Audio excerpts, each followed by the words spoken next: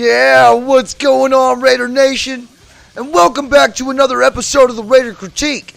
Now, this is going to be a little different episode because you're going to get your post-game Week 13 and your pre-game Week 14 all in one episode. I figured I would go ahead and get everything knocked out all in one shot here. So we're going to go over the Charger game right now, and we're going to hop into the stats like I always like to do, especially on a just win Wednesday, which is pretty much what it is. It was going to be just win Monday, but hey, I didn't jump on this on Monday, but this is your just win episode against the San Diego Super Chokers. Justin Herbert went 28 of 47 for 335 yards, averaged 7.1 yards per throw with one touchdown, no interceptions.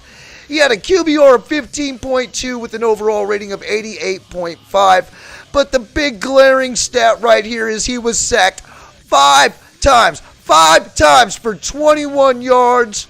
Austin Eckler could not get above 50 yards with his 10 carries. And then, of course, Keenan Allen rounded off their wide receiver core with 6 receptions for 88 yards and 1 touchdown. Derek Carr had a less than stellar day. He went 16 of 30 for 250 yards at an 8.3 yard average, 2 touchdowns and 1 interception that actually was a pick 6. His quarterback rating was a 50.8 along with an overall rating of 89.6. Josh Jacobs again shows up, Raider Nation. 26 carries, 144 yards, 5.5 yard average, 1 touchdown, his longest rush being 20 yards. Zamir White, 2 for 5, and Amir Abdullah, 1 for 4. Davante Adams again. The guy, you can obviously tell who we are definitely running our offense through. We can definitely tell that our identity has been met. That Josh Jacobs and Davante Adams are the identity of this football team. Davante Adams had 8 receptions for 177 yards, 22.1 average, 2 touchdowns. 45 being his long, he was targeted 12 times. Mac Hollins showed up, 5 receptions for 35 yards at a 7-yard average, 14 being his long. Foster Moreau, 1 for 32, he was targeted 3 times. Josh Jacobs, 2 for 6, and Amir Abdullah was targeted once. Now, Josh Jacobs did lose a fumble. He actually had a fumble this game, which he bounced back from, as you can tell by the yards he put up. And then Nate Hobbs recovered a fumble. Now, as you can see, Nate Hobbs was our leading tackler with 8 total tackles. All 8 of those were solo. Denzel Perryman comes in a close second with 7 total, 2 solo, and 1 of those tackles was for a loss. And then I'll be damned, Raider Nation, look, it's Chandler Jones. 6 total tackles, 5 solo, 3 sacks. 2 of those tackles are for a loss. And he also had 1 pass deflection, along with 5 quarterback hits.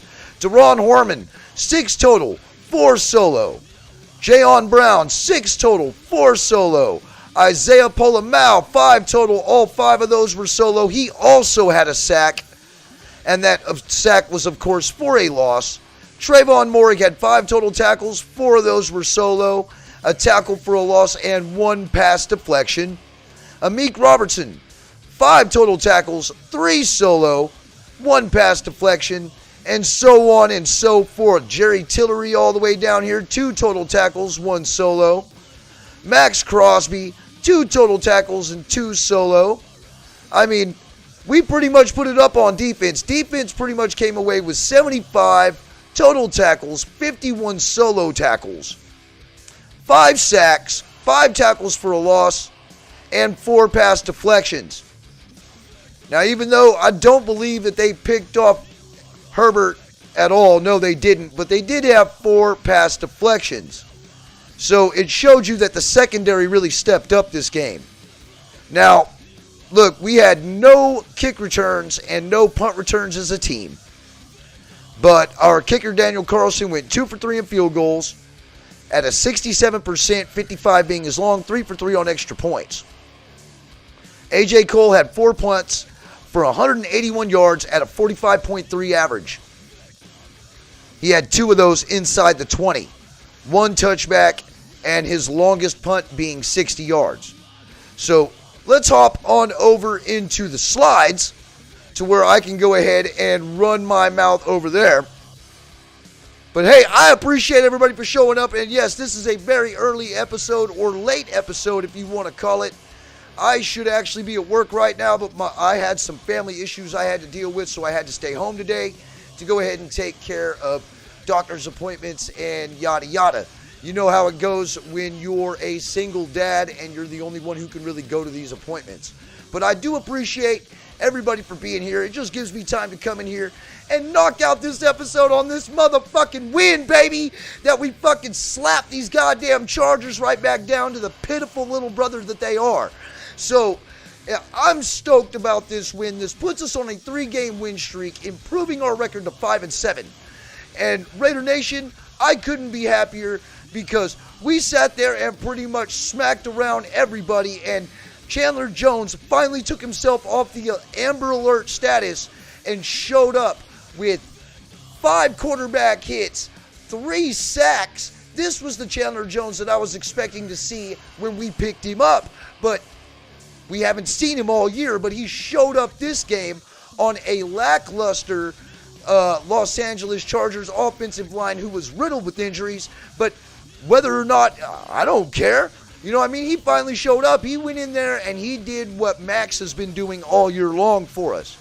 You know, and you could tell that they were more focused on Max than they ever were on Chandler Jones. And Chandler Jones got back there and made him pay for it. And I'm glad to see him actually doing that now. Now, hopefully he can do it next week. The defense is definitely getting a lot better. Now, we all know about the barbecue chicken comment that Keenan Allen was talking before the game about how our defensive backs are pretty much barbecued chicken. They're dead. They're already cooked. Yeah, go ahead and talk all that smack. I didn't make a backdrop for it, but I know that's the big talk this week is about the barbecue chicken comment. Yeah, well, look who got barbecued as it was. Yeah, he had 88 yards and a touchdown. But on the other side, on our offensive side of the ball, our wide receiver went for what? 144 yards? And Keenan Allen pretty much, I mean, maybe he wasn't shut down, but he was definitely slowed down, and he couldn't change the pace of this game. The defense stepped up when they needed to, man. They didn't give up a single solitary touchdown in the first 3 quarters. That's excellent for this defense. This defense, the only touchdown that the Chargers had was the pick 6 that Derek Carr threw. And that was literally the only points. Like, they only gave up 13 total points in the game, as far as I was concerned, because that 6 points was on that pick 6. So, I mean, the defense stepped up, bro, and I was all the way from the secondary to the linebacking core to even our defensive line. They all stepped up and they played as one unit, and they attacked this Los Angeles Chargers team where they needed to be attacked. Justin Herbert was on his back 5 times. Josh Jacobs obviously can't be stopped. This is a number of games that he's gone over 100. It doesn't look like he's slowing down any. 28 carries for 144 yards at a 5.5 yard per game. The dude is on track to being not only the number 1 rusher in the league, but probably the number 1 rusher in all of Raiders franchise history with the way he's putting up numbers like this. And they've got an extra week. You know, these last 2 years, you've had this extra week. And, you know, and he's already had, like, he is so far ahead when it comes to first downs. I think he's like over 13, like almost a little over 1,200 or 1,300 yards rushing this year already. You know, dude, this is great. We have a number 1 running back now, somebody that we can rely on to give the ball to when we really can't rely on whether, you know, our passing game is going to be on point. But when they're both operating at the same time, you got dudes like Devontae Adams putting up 177 yards with 2 touchdowns, plus the running game. I can only imagine what this team's going to look like when Waller and Renfro get back. Because just with these two options right here, this two-headed monster that we have, Derek Carr doesn't have to play elite. Hell, he just has to play average to a little bit above average to get by, to get wins in this for this team. Because we've got such a great supporting cast in Josh Jacobs, Devontae Adams, Foster Moreau, Amir Abdullah, Jakob Johnson. You know, these cats are all contributing. That whole offensive line is contributing. Even though we've been giving shit to Jermaine Illuminor, man, he has actually come into his own the last couple weeks. And, you know, everybody on this offense just seems to be clicking. And we're having just standout performances from dudes like Josh Jacobs and Devontae Adams. Now, this is what Devontae Adams had going on right here. But, you know, this is another thing, too, that nobody really talked about. Because, you know, when we win, nobody talks about the things where, like the negative. Devontae Adams was torching them all game. Look, in week 1, he had 141 yards on 10 receptions. At this point in time in the game, all right, he had 5 receptions for 143 yards and 2 touchdowns. And let's not get into this catch right here because this picture says it all. All right, I freeze framed this picture right here because this is when the ball hit Devontae Adams' one hand with that one-handed nose grab of a catch that he had. Now I want you to see how far away he is. You see that his foot is down. The ball is in his hand. And I'm sorry, Raider Nation, you can go ahead and be skeptical all you want to. I'm going to critique. That ball did not move at all once it hit his hand. Which tells me that possession happened as soon as the ball hit his hand. You're telling me that he didn't get 2 feet down? They've tried to do this to him every single solitary week when he has a spectacular catch. These referees will rule it incomplete. I don't know on whether they're just trying to get up underneath their skin or whether they find that as an opportunity to try to say that Devontae Adams does not have possession or control of the ball before he goes out of bounds. And they've done it to him time and time and time again this year. And he is still having the most breakout career year he's ever had since he's been in the NFL with Derek Carr. You know what I'm saying? And, Devontae Adams, welcome to being a Raider where they've done pinpointed you on your spectacular catches toward the sideline. They're literally, if it's close at all, they're going to rule it incomplete. And understand, and I was glad to see that we were able to come above this because I really did think that we got fucked on that call. I know we got fucked on that call. So, but regardless, we played through it and we were able to still win this game. I especially like the new addition to Jerry Tillery. Jerry Tillery brings a push up front that we have not had all year long. And even with Andrew Billings out, as he has been out these last couple games, Jerry Tillery has stepped up and taken over a major role. And this is the thing, man. There's a rumor out there that the Chargers let go of Jerry Tillery because he went too hard in practice and he was actually lighting up his own teammates. So, to me, well, now you get to face him twice a year. And now he gets to go full board at you because the Chargers were too much of pussies to be able to take that this guy just brings an intensity about him when he plays football that maybe their hearts just aren't in it. Maybe that's, I don't know, maybe they do it a little bit different down there in Chargerville. I don't know. I'm not going to call it LA because I already know LA's Raider country. You know what I mean? You guys don't even belong there, as far as I'm concerned. Yeah, you need to take your happy ass back to San Diego, for real. But you guys, that team couldn't handle this dude's intensity. So thank goodness we were able to pick him up because his intensity helped us win this game against the Chargers. on Monday night or Sunday evening. Can't remember exactly what day it was. I think it was Sunday, the Sunday afternoon game. Which, speaking about afternoon games, man, and this is completely off subject because it's not even talking about Week 14, but Week 15, if you haven't known or if you haven't heard, has been basically moved.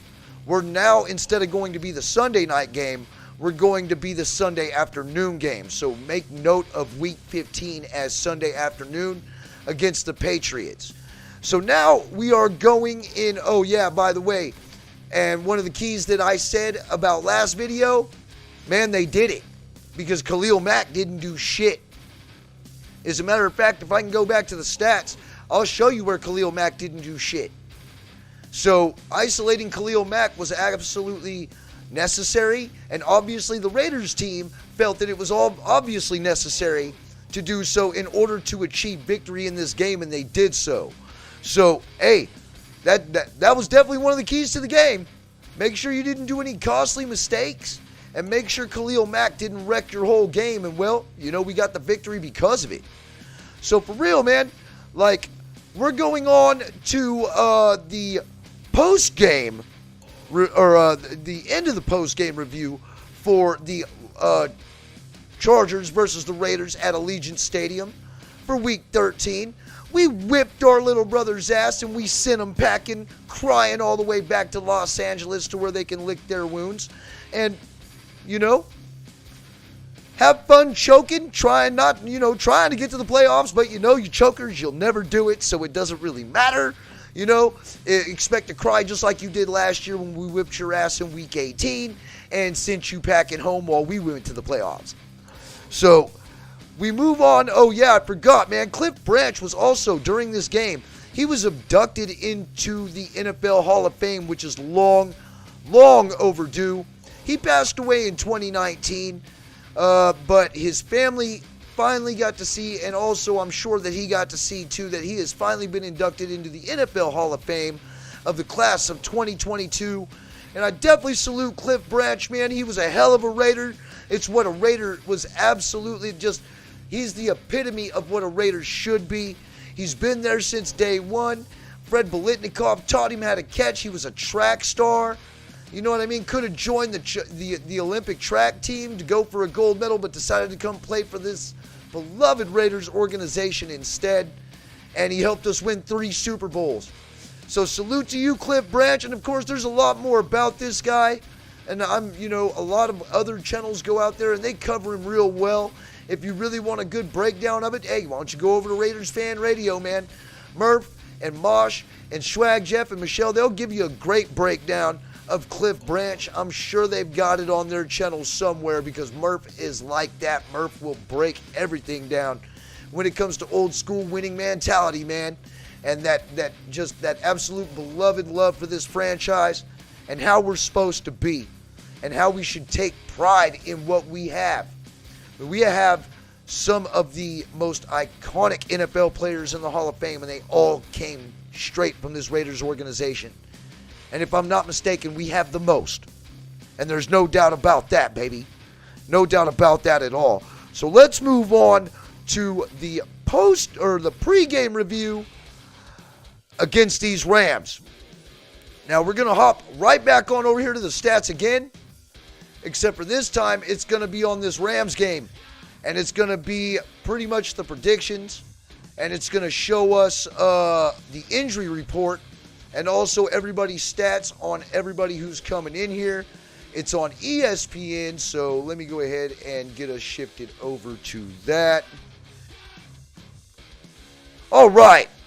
So we are a 79.2% favorite.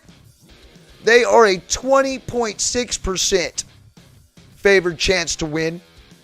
Now we are listed currently third in the division at 5-7. All right, and they are currently listed in last place in the NFC West at 3-9. Now, of course, our leaders go with Derek Carr, 250 for 414. For 2,980 yards, 20 touchdowns, 8 interceptions. Stafford's their leading passer, but he's not there. Josh Jacobs is our leading rusher, and yes, I was right. A little over 1,300 yards, 242 carries for 1,303 yards and 10 touchdowns. Cam Akers has 101 carries for 334 yards and 3 touchdowns. Now, Devontae Adams has 79 receptions. He finally crossed 1,000 yards that last game. He's now sitting at 1,176 yards with 12 touchdowns. Cooper Kupp is their leading receiver, which also is not there. Now, here is a small portion of the injury report based on ESPN. Tyler Hall, cornerback, is questionable. Jesper Horsted, tight end, is questionable. Amir Abdullah is questionable. And Josh Jacobs is questionable. Now, Darren Waller is still on injured reserve. I do believe that him and Renfro have a chance to come back this week, but from hearing certain sources, I don't believe that they will be back this week either, due to it being a short week.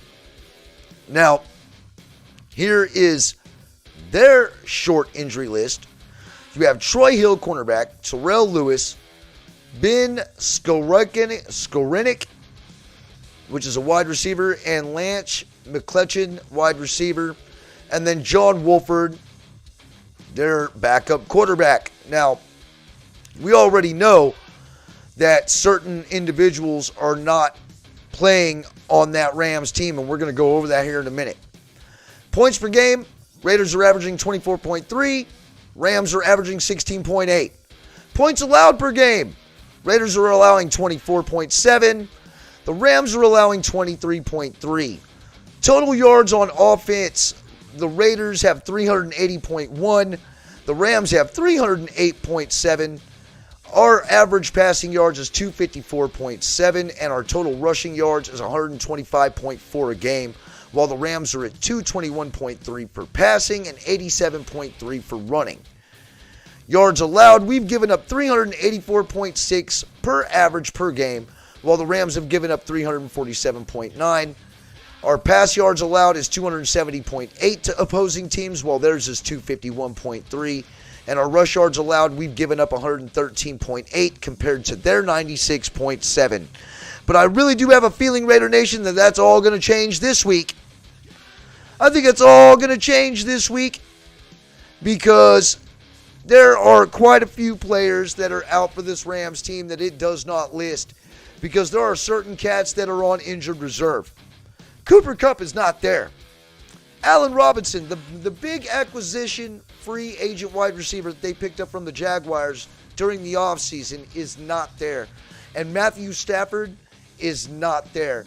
We're going to be seeing a third-string quarterback coming out for the Rams against this Raiders defense. And that is all depending on if Baker Mayfield is not that guy to come in and play against this Raiders team by only just newly being acquired by this Rams team after the Panthers released him. Literally 2 hours later, he was picked up, you know what I'm saying, by this team. And everybody believes that it was so the 49ers wouldn't pick him up to try to be able to make a strong push for the playoffs, since they are now in the same boat, having to go down to their third-string quarterback because Garoppolo and Trey Lance are both injured and gone for the year. So Baker Mayfield has pretty much been a solid bum for the Panthers, and he might be able to revitalize his own career with the Rams, but I don't see him playing this game. But if he is playing this game, this is gonna be like fresh meat in a lion's cave. You know what I'm saying? So it's this could be very interesting, and I don't want to get overconfident, but I mean, come on, it's not like they're coming in with, say, a Nick Mullins, okay, a guy who could actually come in and change the game for them. Now, the reason why I'm doing this so early is not only did I have the opportunity to do it after my my family issue I had to deal with was over, but Hardcore would like to go ahead and do his own breakdown along with Grimy Raider Dave and myself for the post-game review for Week 13 and a pre-game review for Week 14. So that will also be coming up on this channel at 8:30 p.m. Central Standard Time, right here on the Raider Critique. Or you could also go over to the Hardcore Raider YouTube channel and watch it there as well at the same time. So anyway, Raider Nation, let's go ahead and hop on over to the Shield to where I can interact with the chat, which is actually my favorite aspect of the show. And it's good to see everybody here, man. Thank you for stopping in for this pretty much surprise episode of the Raider Critique. And it is your pregame Week 14 and your postgame Week 13. And what's going on, man? I'm going to go all the way up from top to bottom. Hey, look, I had the sex chat bots in here. I guess I made it, guys. But Milk and Beezy, Farrahan, Herman Munster, salute everybody. D Menace, Mr. Took Your Soul, Al's Ghost. Man, I got all y'all in here, man. I'm gonna try not to miss any of y'all. Raphael, salute to you, brother. Took Your Soul. Let's see. Hey, what's up, Michael Guerrero? Thank you for stopping in, man. I ain't seen you here in a while. Robert Pena, my mod, thank you for stopping in, bro. And thank you for getting that sex bot out of here. Man, it's good to see all of y'all here. And what do y'all think? What's going on, JB? It's good to see everybody here, man. What do you guys think about what I talked about? I guess I could read all the way back through the chat and kind of, go over everything that you guys have been talking about in here. But, man, you guys have been chatting it up, and you guys have been blowing it up, man, and I appreciate that because that's going to help the algorithms. And, hey, what can I say, Raider Nation? I think we got this game coming up. I don't want to overbloat it, and I don't want to sit there and look past this team and try to be looking on to the Patriots, but in all actuality, we should win this game and be on a 4-game win streak after this game that is happening on Thursday night instead of our relative Sunday, you know what I mean? Or, occasional Monday night games. But, yeah, man, you got to take care of dad duties. You got to take care of all that, man. Yeah. But for real, yeah, what's up? But, man, if we lose this game, this would be, if there's a trap game, I guess this would be it. But I just don't see any reason why we should lose it. I really don't. And I mean, if Baker Mayfield comes in here and wrecks shop, I don't know how I would feel about that. How would y'all feel if he came in here and threw for 300 yards? Because I know that I would be so angry that I don't think I'd be able to take it. You know what I mean? There probably wouldn't even be a screen in the house. From TV to computer to anything that would have that would be working because I would have thrown my soda through it. You know what I mean? Because we would literally have to play so bad to be able to lose to this team. Think about it. No Cooper Kupp, no Matthew Stafford. All right? No Allen Robinson. No Aaron Donald, all right? He was listed on the Rams website this morning as a did not participate today. And dude, if that is huge, I mean, that Rams team, the Chargers want to talk about, and the Charger fans, our team was riddled with injuries, that's why you guys won. No, you look at the Rams. Now, that's what you call riddled with injuries. They don't have a star player in any damn slot that was their franchise players come last year when they won the Super Bowl. Not a single one of those guys are playing. Cooper Kupp, gone. Allen Robinson, gone. Matthew Stafford, gone. Aaron Donald, gone. I mean, shit. That is a lot of gone. You know what I mean? Odell Beckham's not even on the fucking team anymore. There you go. I mean, there is absolutely no reason why we should be having any issues at all with this team. and with Chandler Jones doing with what he's doing, and Max Crosby doing with what he's doing, and Denzel Perryman blowing up the middle with Tillery doing the same thing. I mean, bro, I'm hoping Andrew Billings comes back this week. You know, because with Andrew Billings and Tillery in there, that's going to definitely help the defensive line interior pass rush. You know, and we need that. We need that. We need those big bodies to take up some dudes to where we can get one of our linebackers in there. Now, I hear that it might be that Jayon Mayo is possibly hurt. You know what I mean? So Masterson could be seeing a lot more playing time this game. But, you know, we'll find out on Thursday, Raider Nation. I mean, in all actuality, we'll find out. We'll see what it's going to be like. But hopefully, you know, I hear a lot of rumblings about Waller and Renfro maybe being able to come back this week. I don't think they're coming back because it's a short week. You know what I mean? They want to make sure that those guys have got a full week of practice with this offense to where we can kind of gel them together with what we got cooking so far. You know, because they haven't been here in a minute. And they're going to be rusty. You know, I think Waller hasn't been here, 8 weeks? And then Renfro's been like 6. So, in all actuality, I don't see those guys coming back this week against the Rams team. But we don't really need them right now. We got Josh Jacobs, we got Devontae Adams, and Mac Hollins has proven to be a threat as well. And same thing with Zamir White, man. If we give Zamir White the ball more, you know what I mean? It's, you know, I think that he can actually probably do something with it because he does break off some pretty good size runs. Now, his issue is that he's not real shifty. He's not a very good quick style running back. He's really stiff when he tries to go east and west. Unlike Josh Jacobs, who's real shifty, but he also runs downhill with reckless abandon and has no quarrels with connecting his shoulder pad to an opponent's face. So, you know, I mean, it's two totally different style runners. You know, to me, Zamir White kind of reminds me of a Latavius Murray. You know, just a north and south downhill runner. And I think we do need to give him the ball more. You know what I mean? Just kind of take a little bit of the pressure off of Josh Jacobs. But hey, if it's not broke, I ain't going to go out there and try to fix it. And with the way Josh Jacobs is running right now, I'd say we ride his ass all the way to the playoffs, man.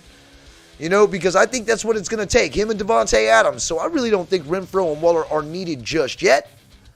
We've got, you know, let's go ahead and make sure they get healthy, but let's go ahead and get through this depleted, injured Rams team and go back to our home, one of our home cities. And of course, it's going to be all of our fans there because we run LA. You know, so go out there and give a good show to the fans. Give these guys give this Los Angeles team an ass whooping that they will never forget. And move on to the Patriots. It's either the Patriots or the 49ers after that. I can't remember. I think it's the Patriots after that for Week 15. So anyway, that's all I've got for you guys for this post-game Week 13 and pre-game Week 14 review right here on the Raider Critique, where, hey, we tell the truth with intensity and we don't drink the corporate Kool-Aid. And we call shit if we see shit and if we smell shit. We don't try to tell you that it's anything else but shit. And right now, the only shit that I smell is coming off them Chargers after that ass whooping we gave them in pure domination of playing as a team. Underneath the coach with players who are finally starting to get his scheme. And we need to keep this going. This football team needs to keep this going and just keep gelling together the way they are, because if we keep playing like this, we are going to be a hard team to beat. Now, we're going to need some help going in trying to make the playoffs, but I can tell you this. When we did our predictions on the Hardcore Raider Nation podcast last week, I came up like 6-2. And a lot of those games were games that we needed for the Raiders, or for the Raiders' opponents, for the guys who were in the wild card hunt, the teams in the wild card hunt. We needed them to lose. And 6 of those teams did that. So, that's actually really good. That's really hopeful for us because we're going to need help getting into the playoffs, Raider Nation. And there ain't no joke about that. So anyway, take care of your guys' families, man. Take care of your friends. Most of all, be kind to one another, man. It's the holiday season. It's coming up on Christmas. And I can't wait to find out on what type of Christmas gifts we're going to get from this Raiders team this year. So until, the end of this game on Thursday Night Football, where we're finally getting another primetime game in the middle of the week, until after this game, Raider Nation, remember, it's Raider Nation for life. Let's go ahead and get this W against an imposter football team who is in a city that doesn't belong to them.